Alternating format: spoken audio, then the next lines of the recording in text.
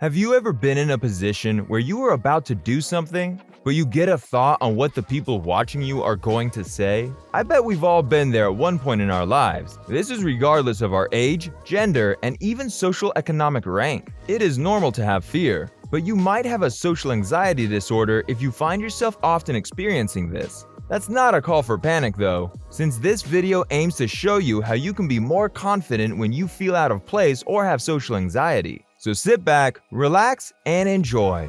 Before starting any journey, the first step is always knowing the destination we want to get to. When solving a problem, like social anxiety, it is no different. Suppose you are feeling like something is not going as it should. In that case, the first step is to reflect on yourself and find more about the problem and how to solve it. First things first, what is social anxiety? To put it simply, it is the persistent fear of what other people think of you. This fear might not necessarily be expressed in just one way, but rather in several ways. For example, social anxiety might be expressed as fear of being judged and criticized by others in certain individuals. For others, social anxiety might also be expressed as nervousness, self-consciousness, or a general feeling of pressure around people, especially people you don't know and trust. Now that we've defined what social anxiety is and how it is experienced, the next question you are probably asking yourself is, what's the cause of social anxiety? However, this is a much more complicated question to answer than it seems.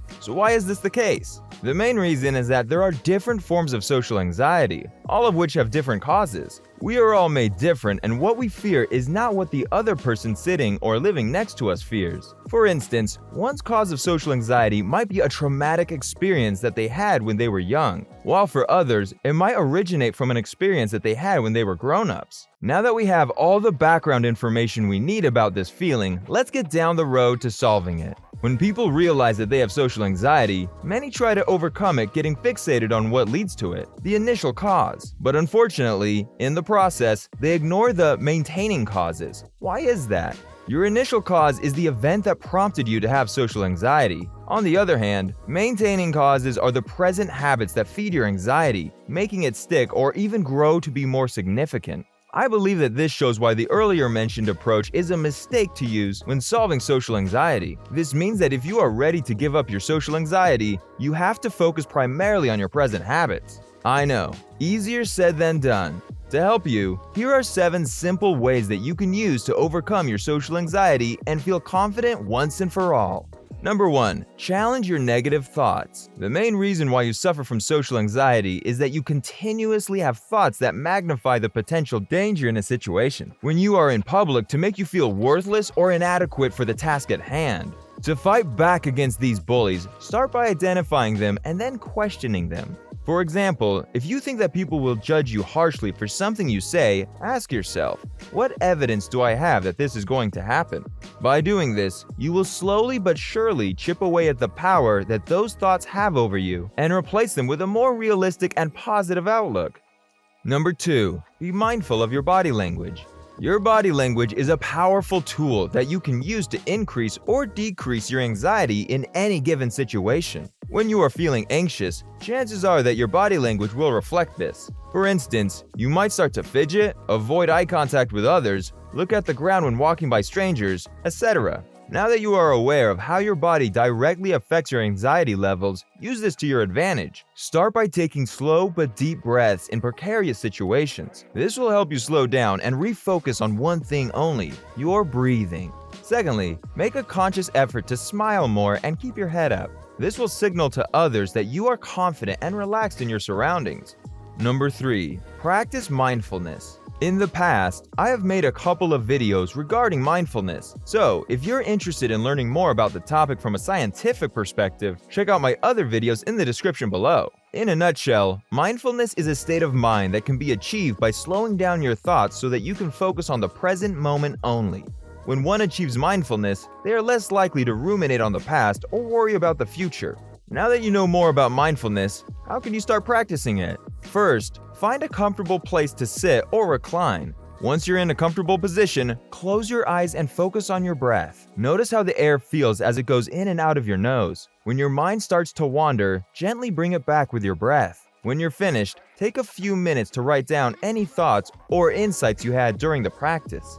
Number 4. Create an exposure hierarchy. Identify and assess the levels of anxiety you experience in each social scenario. Identify and assess the level of anxiety you experience in each social scenario. For example, a score from 0 to 10 where 0 indicates no anxiety, while a score of 10 indicates full-fledged panic episode. Make a note of how you believe you would react in each event, no matter how little or significant. From asking a stranger on the bus for the time to strolling into a room during a party. It's crucial to write down your thoughts on a piece of paper so that when the time comes to experience it, you'll remember how you expected to feel. Most of the time, the possibility of doing something scares us more than actually doing it. So try out your predictions and keep track of social events, projections, and how you felt in the end. For example, you could discover that conversing with a coworker was a 4 instead of a 9. All of this helps monitor and attempt to alleviate social anxiety and be confident. Number 5. Practice progressive muscle relaxation. You've probably heard of deep breathing before, but have you ever thought about trying out a relaxation exercise? When combined with mindfulness from earlier, this will put you in a pleasant state whereby anxiety cannot bother you. A good beginning would be a traditional yoga or yoga nidra. Number 6. Join a support group or chat room. It can be helpful to connect with other people who are going through what you're currently experiencing. There are plenty of online communities that offer guidance and professional advice for free. Having someone to vent your thoughts, fears, and concerns is a great way to feel less alone. Number 7. Do something that makes you happy. Last but not least, do something that brings you joy.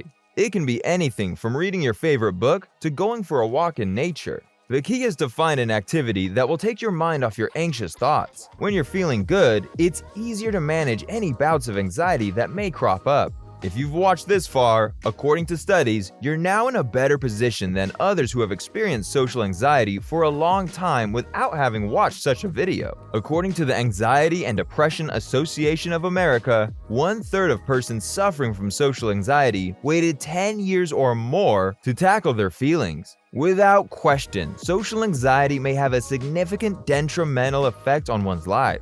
These include everything from family life to school, career, and intimate connections. It takes time for new brain pathways to form. Therefore, overcoming social anxiety can take long. Is your social anxiety interfering with your regular activities? Then don't be afraid to seek expert assistance in whichever manner you're most comfortable with if you answer yes. As we wrap up, did you enjoy this video? If you did, give it a thumbs up. I would love to hear your feedback in the comments section. Don't forget to smash the subscribe button so that you don't miss any of our future video uploads. Take care, and I'll see you in the next video.